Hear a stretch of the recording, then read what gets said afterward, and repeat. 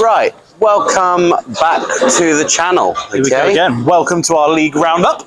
So, straight from the approach bowling conversation, is back to talk to you about our leagues here at... Yes, sorry we missed a week, but we've got a couple of weeks to catch up on. Did we miss a week? We missed last week.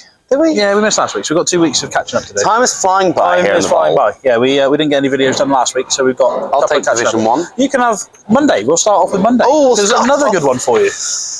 It was. So, my lovely partner Lucas was at home with the wife. She wasn't very well.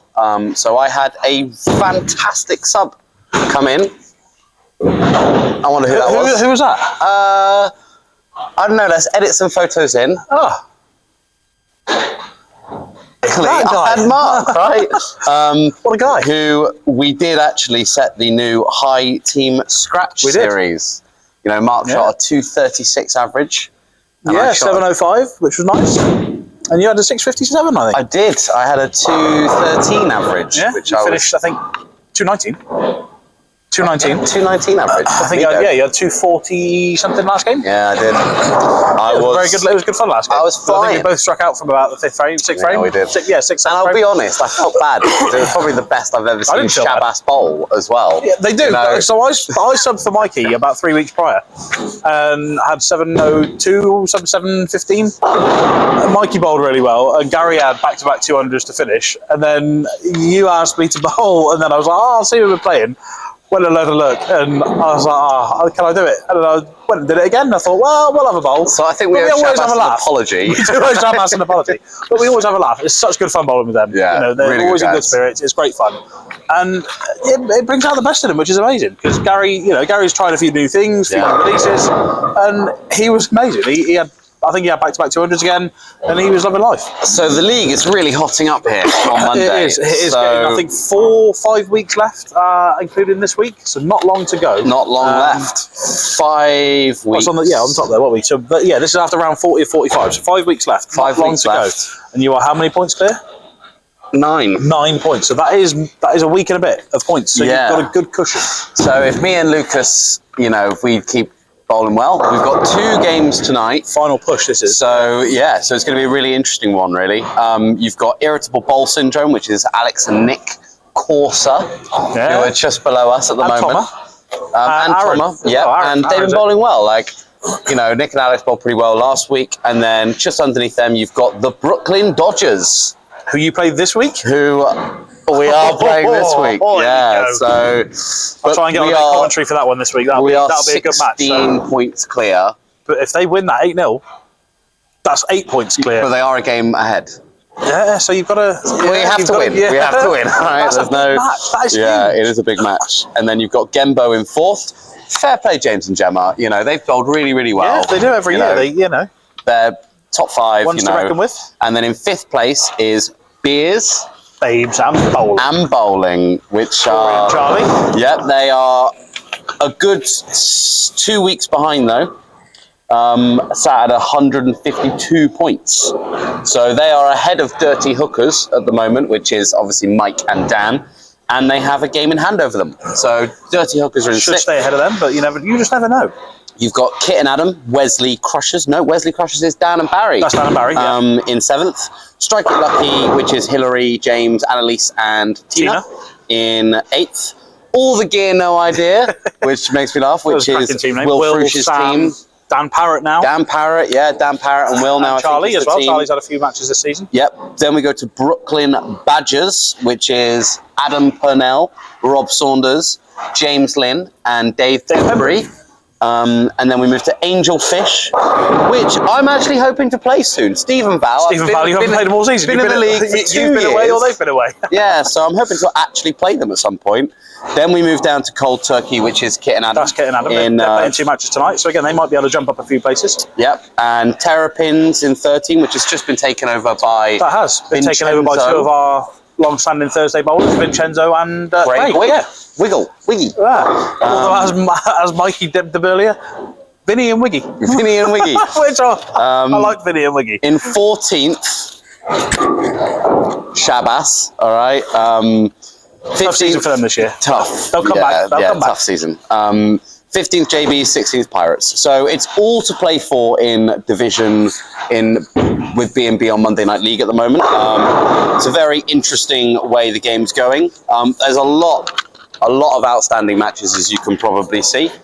There are, but they're all half. So one of the weeks, as well as obviously round 17, is an entire season, an entire week of matches, because we missed, because our flex had a bit of a 25. So yeah, that's a whole week. So and these are only sort of half of matches. Half of the teams have played, the other half hasn't. So that'll sort itself out come the end of the season. But I do want to have a shout out to Ian Horrell, who lovely guy, recently has his family. Yep, he's just moved out of the area, so he no longer bowls in this league. But it was a pleasure to have him. You know, really, really nice guy, Ian. No longer with us, unfortunately. He's not dead. He's just in Scotland. In the league. But you know, hopefully he'll be back for a 10-pin tour or something soon. Yes, we will see. Yeah, it'd be great to see. That would be great to see. Happy with Monday. Monday is happy with Monday up with 5 weeks to go. So I'm going to put this on your screen now, okay? And you know, you can probably see just how close it is at the moment. And so now, up and down, you know, you can see at the top you've got obviously B&B, but then it's very, very close in behind. And with 8 points on offer every week, if you just have a look up and down the first 10 places, if it goes either way, these matches, it can really make a difference with these last few matches. It's all to play for on Monday Night League here at Stroud Bowl. Let's go. So, I think we want to talk about Thursday. Thursday. Let's talk about Thursday. Talk about Thursday. Thursdays. Do you want to do Division 2 first or Division 1 first? No, I want Division... You want Division 1? I want Division 1. Okay, you can have Division 1. Well, I'll talk Division 2 then. So Division 2 is... it's all heated up. We're still early doors, but this cheetah, this pattern, is starting to separate men from boys and ladies from girls. But it's still wide open. Few people have got some matches to make up, but Shay here sticks top of Division 2 with a great two wins on Thursday. I think you had. I did. You had 7-3 against Dan, which you're not happy with. I need to shout him out because Dan, who does watch the channel, has asked me to talk about him a little bit. So I'm just going to give you a little bit of brief info. Dan Pearce, Angry Dan Smiler, is a great bowler in the centre, and you know he's been off with injury recently, and he's just come back, and he's amazing. You know, we really like Dan. Really nice guy. I like him a lot. And you know, I whooped him, Dan. All right. So next time we play each other, mate. Whooped is a strong word. All right. It may have been 7-3, but we drew with a 151. So draw no one won there. All right, Dan. I'm watching you. The viewers won that one, I think. Yeah. Everyone else won that game, not us. Not us. Okay. But then, I mean, you've got a 14-point lead. But you've played all your matches. I have. And Barris has played all his in 5th. So you've got 67 and Barris is on 40. And everyone in the middle has only played 24 or 28 games. So Mike has still got 2 games in hand and is only 26 points behind. Mike so if he wins those both, he'll only be 8, maybe 6, 8, 10 points behind. So he'll be there or thereabouts. Lynn and Gary both got a game in hand. I think, is it against each other? No, they played each other. They've played each other. That's right, they did play each other on our annual scoring night. Yes, a fun night. Yeah, so Lynn's on 44 points in 3rd place and Gary's on 53 points in 2nd place. So if they both win their matches in hand, again, it's all to play for and all to fight for. Lynn Gamage, Gary Baker. The league is hotting up. It is. Like I said, Mike in 4th and Barris 5th. Alex Corsa's got 2 games in hand, sitting in 6th. So again, he can make a climb. He's only 4 points behind 5th. So with 2 games in hand, you'd expect him to jump 5th and probably, well, I say 4th, but he's 5 points behind Mikey, who they've played the same amount of matches. So that could be interesting. Hillary again, she's got 3 games to play. So it's not quite a true reflection in Division 2 at the minute. There are still some matches to make up there. You have got the League High Series with 7-8-4, which I believe was 1 pin higher than your 7-8-3 from the week before. So creeping up. But a nice advantage in the high average at the minute with 181 over Gary Baker's 173.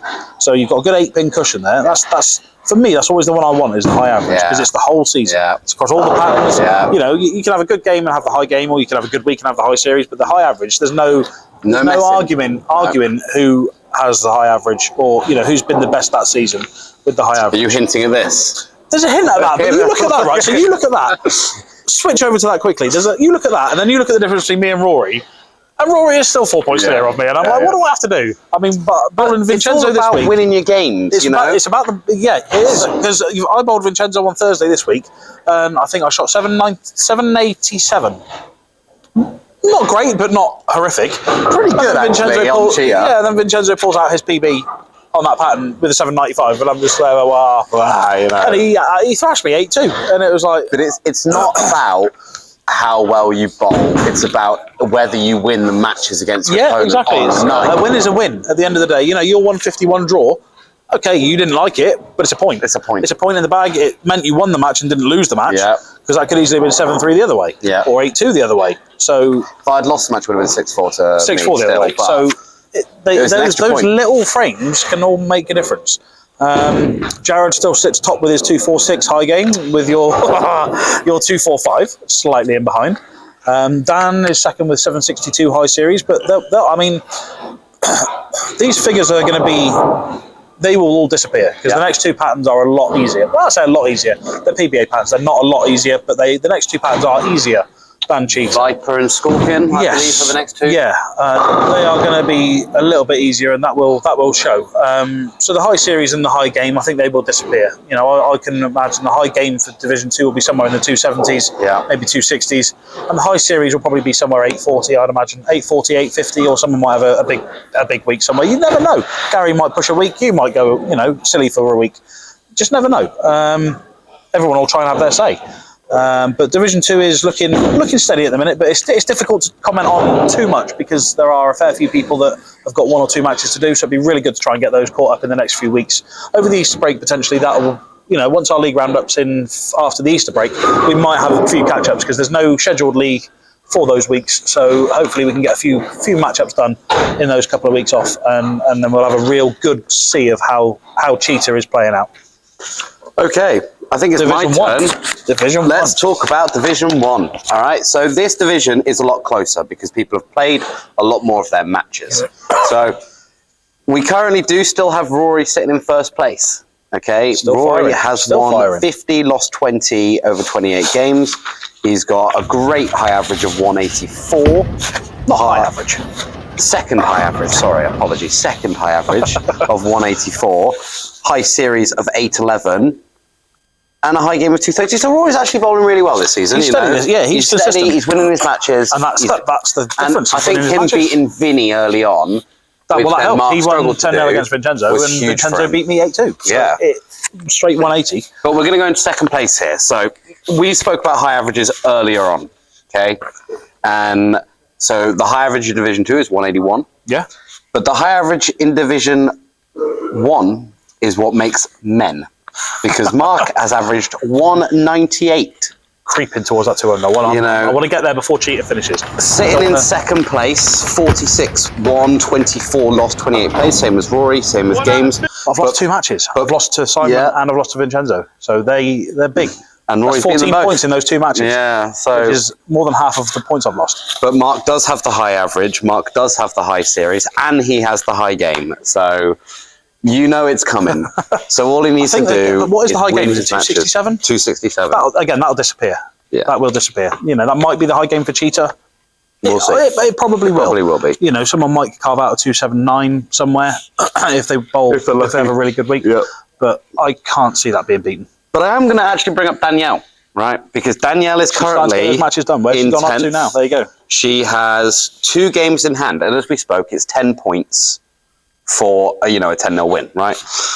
If she wins both her games 10-0, she will be drawing with Rory on the top podium. There you go. So with her 5 pins a game. With her 5 pins a game, yeah. So she has the highest average out of any female in both divisions. She's got a 168 average, if I was right. Yeah, 168 average. And that is sponsored this year from part of our course sponsorship. There will be a prize for the highest female across both divisions this year. Yeah. Not just points, but the high female average. That was discussed, and that will be a thing this year. Don't know why it hasn't been in the past. Should have been. Well, she played Nikki. I think Nikki brought that up. Yeah. So yeah, it was Nicky. Yeah, shout out to Nicky for that. Thank you. There will be a prize for high female bowler this year. And Danielle's killing it. So we're going to go through the table. So we've got Rory sat in first, Mark in second, Vinny, shout out to Vinny in third place. He's doing well. Bowling really well this season. He bowled really well a few weeks ago against Diane. Yeah. He bought again. He had a PB against, he had a PB against me this week, bringing him back level on points with me. So the same games played, I think. It is. With 28, yeah. Yep, so 28 games played, 46 won, 24 lost. Yeah, so he's done really well for himself so far. We do. We moved down to fourth place. Do you know who's in fourth? Graham Whitten. Just taking Kim, I think. Graham. He has it by 1 point. 1 point. That's enough for him to make a mountain out of a molehill. Yep, so Graham's on 43 won, 27 lost, 28, which suggests a draw to me. He would have drawn up a game to win a point. Oh, what? Right? Odd points? Yeah, odd points. Yeah, so yeah, there would have been a draw in there somewhere. Yep, which I think, looking at this, was against Pete Sampson. Okay. So we've got Graham in fourth, Kim, our owner, founder, away for 5 weeks now in America. Yeah. So he'll slide on down. He will slide on down, but he is in He's made a couple fifth already, place. I think. Nicky in sixth, Dave Johnson in seventh, Cy Bartram He's in... going to climb his way back up, I think. Now he's starting to find his feet with his new black hammer. Dave, however, has played 32 games. So Dave's played all his matches. Dave has played all his matches. I don't know how he's played 32 though. Oh, no, 32 is the number. The line. 8 weeks in. So yeah, Dave has played a game above everyone else, and he's sat in seventh. Cy, 28 games played, is in eighth. Louis 9th, Danielle 10th, Nicole 11th, 12th Big Daddy, 13th Pete, 14th Ed, 15th Diane, 16th Joe Loveless. You know, the surprise there for me is Louis. I really thought Louis would sort of be pushing a little bit higher this season so far, but I thought this pattern would favour him. See, I'm thinking Viper will, because it's less volume. I think Louis will benefit from less volume. I think he will really thrive on the next pattern. Because he's got a little bit of extra speed, and I think he'll thrive on the next one. Yeah, and I think he's very good at playing the straighter lines, which I thought Cheetah would be really beneficial for. You know, I think it's tough in the middle where he plays, where he likes to play. Yeah, it's a little bit tougher, less forgiveness. Much less. So we'll see. So it's all to play for. It is. We're still early doors in this Thursday league, but we are week in, week out. There are we've got people making climbs. You know, Mikey's making a climb, Danielle's making a climb. I think it's really all to play for. Monday, I think, with only 5 weeks left to go, you know, it's going to be interesting keeping you updated. You know, if me and Lucas do win both our games tonight, I think that might be done and dusted. Could be. If you do win, if we win both 8-0, then I think it's done and dusted. Even 6-2s, I think there'll be enough. Wins. And then Division 1 and Division 2, Will, Rory, Mark, Vinny, Kim, Dave, Cy, Vincenzo. Will any of the men take the tops? But will Danielle and Nicky make a slight climb? You know, you never know. You never know. The thing I love about this league is it's on the day. Any given Thursday. You know, like, you can rock up on any day and, you know, beat the best of the best. You know, all it takes is 1 or 2 good games. All you got to be doing is feeling good one week, and that'll be it. Make your spares, kids. Make your spares. And then in Division 2... this pattern makes a big difference to do that. Huge difference. Because a 185 will win you 75% of games on this pattern. The spare shooting is hard on Cheetah. Division 2, it's all to play for as well. I think there's going to be a lot of chopping and changing in the next few weeks of people. You know, I hope I maintain my lead, but you've got a good well aware. So you've got a couple more weeks on top. I think. I do. I just think barring disaster, even with disaster, you've got a couple of weeks on top. Yeah, the one thing I've learned since playing, especially Gary this week, is just how good people are, and I can't rock up 1 week and not be in my best state, and I will throw rubbish games. So it's all about, for me, staying on top of my own game. Yeah, absolutely. So, you know, don't forget to like, comment, and subscribe. I'm going to edit some animations in, and we'll see what we can do. Yeah, but brilliant. Thank you very much, and we'll see you next time. See you soon for the next roundup.